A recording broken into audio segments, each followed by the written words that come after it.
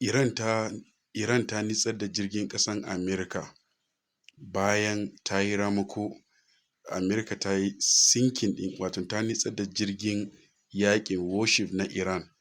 a Southern Sri Lanka wato kogin Indiya, inda Amerika ta yi sinking ɗin jirgin yaƙin ƙasan Iran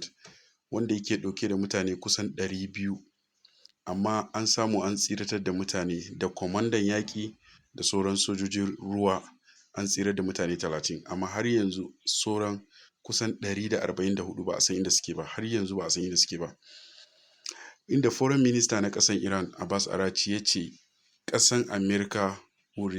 ta ce za ta yi da na shina wannan nitsar da jirginsu da ta yi ba tare da an yi musu warning ba, haka kawai aka kai hari a jirginsu. Suka ce su ma za su yi ramakon da za su yi da na shinan da ba su yi wannan abun ba. Yau da safen nan su ma sun yi ramako, inda suka yi sinking wato suka yi sunking, suka nitsar da jirgin yaƙin ƙasan Amerika inda yake can northern Gulf of Oman, inda suka yi sinking nashi shi ma ya kama da wuta, amma har yanzu Amerika ba ta fito fili ta yi bayani cewa mutane nawa ne suka mutu, mutane nawa ne suka fito ba su mutu ba.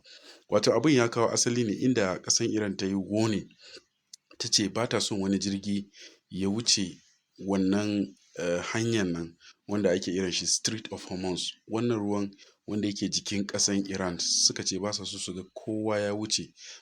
sai dai kawai jirgin Rasha da China su ne suka ba su daman cewa za su iya wucewa, amma apart from jirgin Rasha da China ba sa so su ga wani jirgi ya wuce. Kwatsam sai ga jirgin Amerika ya zo wucewa, bayan jirgin Amerika ya zo wucewa sai ƙasan Iran ta kai mata hari, inda ta kama da wuta ta rushe. Wannan shi ya ba wa ƙasan Amerika haushi, su ma suka kai hari suka kashe sojoji, suka kai harin warship na Iran a nan Southern Sri Lanka a tekun Indiya, inda yake tahowa zai zo Strait of Hormuz, sai suka kai mishi hari, mutane kusan 144 har yanzu ba sai. Su ma the same thing ƙasan Iran suka yi tit for tat, suka kai hari a warship na Amerika wanda ba a san yawan, don akwai mutane sojojin Amerika suna da yawa a ciki, amma ba a san yawan mutanen da suka mutu a ciki ba, amma sai dai ko jirgin an gan shi ya kama da wuta. To Pentagon na Amerika sun sanar da Donald Trump cewa idan wannan yaƙi ya kai su kwana 10, to missile da suke da shi a rumbu zai ƙare, saboda yau ba su da yawan missile kamar ƙasan Iran. Suka ce idan